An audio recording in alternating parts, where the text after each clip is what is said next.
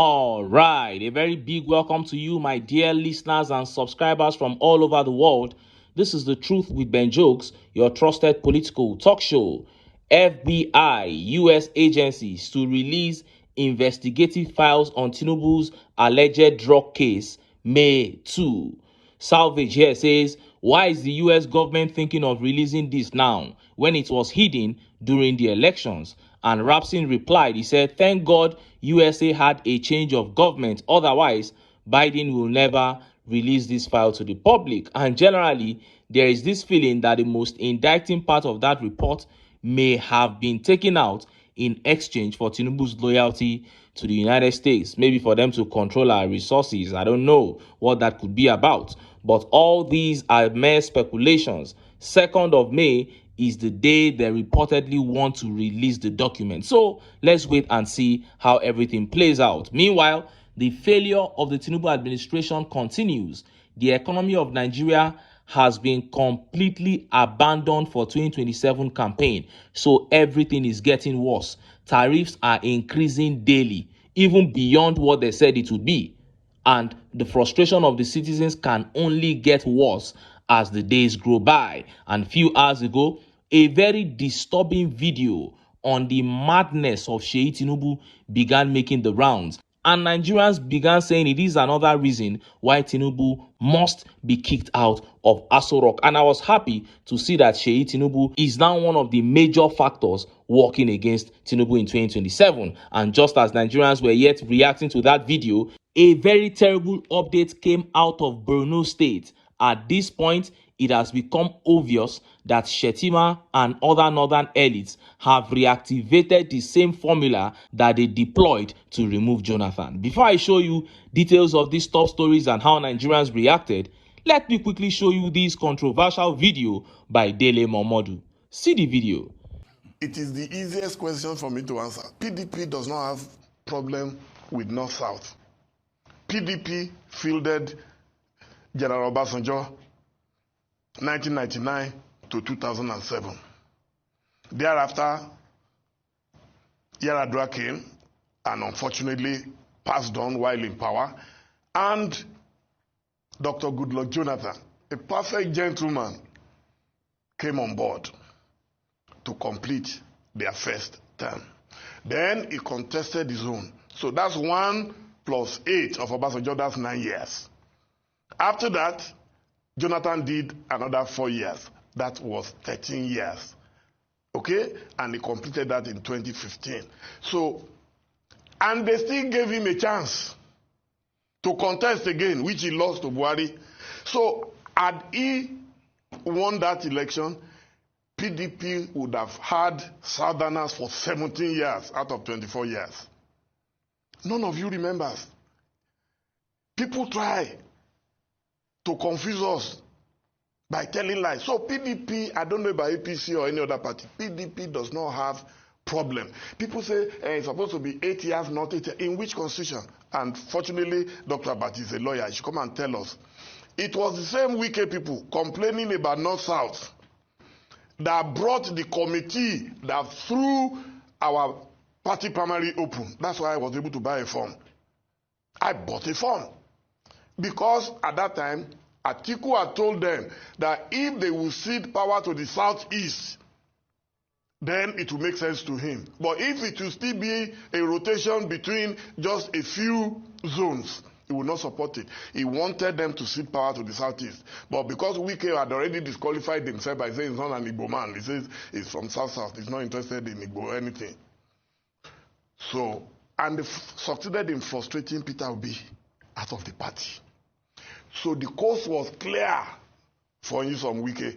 There was nobody who had the capacity. You must give it to him. And I like to say it all the time. Damn good guy, you know, projects man. That's why we used to call him Mr. Project. But always angry. Now, why did they not pick him? The same man who is complaining about North-South was ready to be vice president. Let him come out and deny that he never planned to be vice president to Atiku. You heard that. B0MB claiming there that Atiku was ready to let go of his presidential ambition in 2023 if the PDP had zoned their ticket to the southeast. But Nigerians have reacted differently to that video, by Dele Momodu. Some have said it is not true.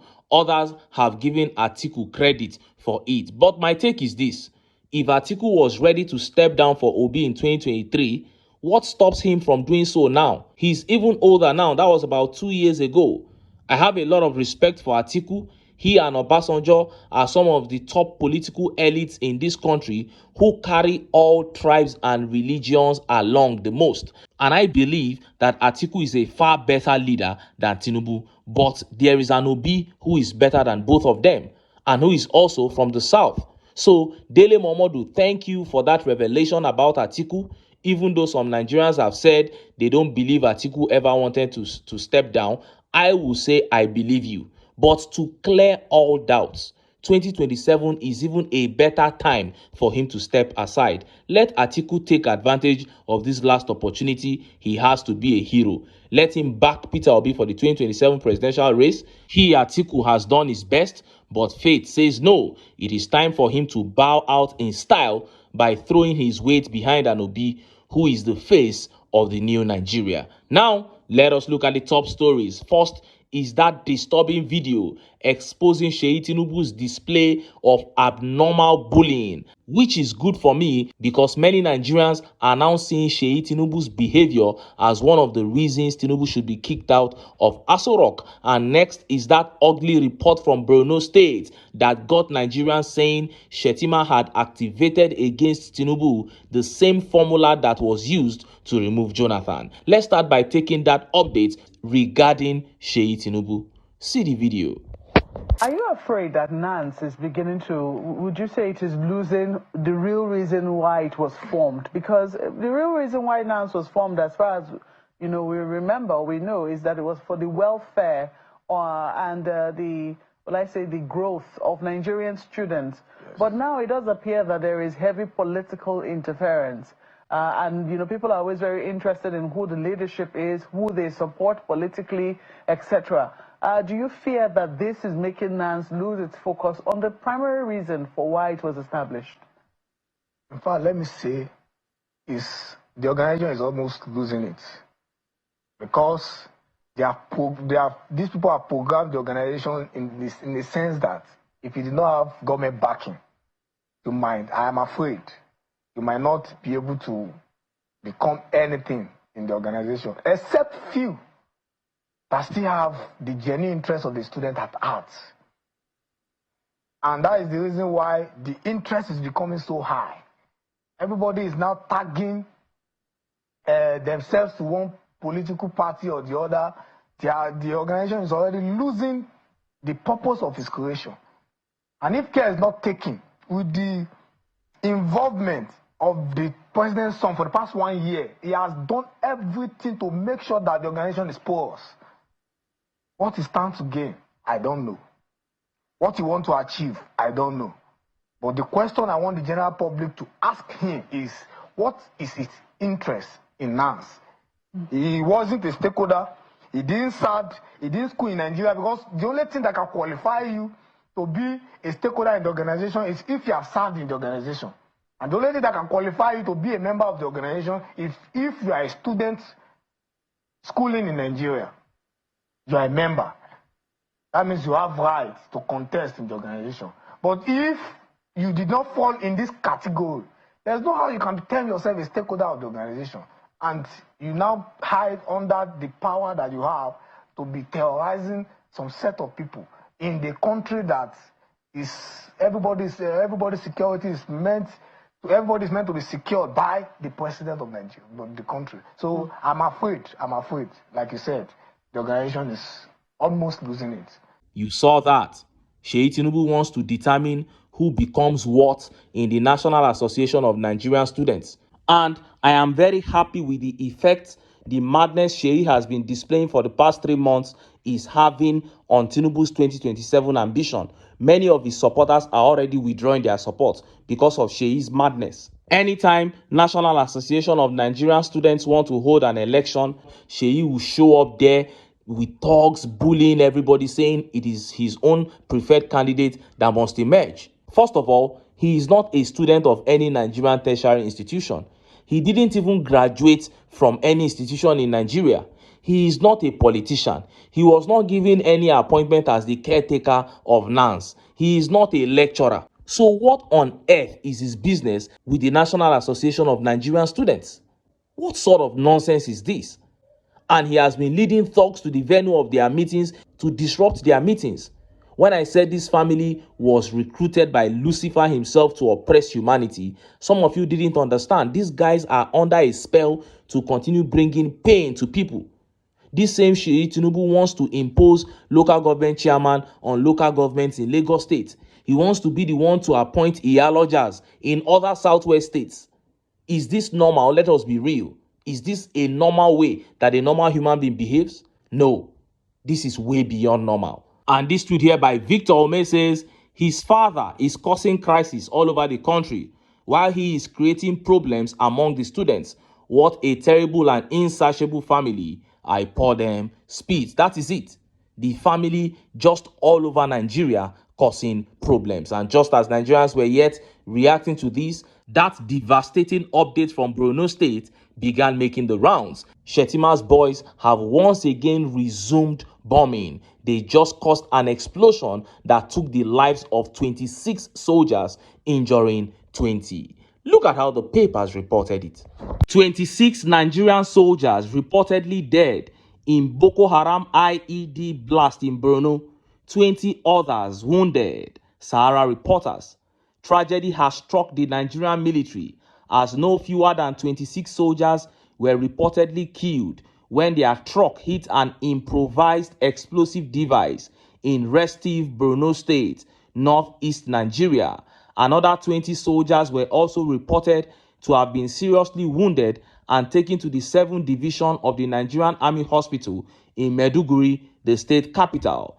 Military sources told Sahara reporters on Tuesday evening that the incident occurred when a military truck conveying soldiers from Damboa to Maiduguri hit a landmine. According to the source, 26 Nigerian soldiers were killed today as they were moving from Damboa to Maiduguri, Borno state capital. The incident happened when their truck hit a landmine, killing 26 soldiers on the spot.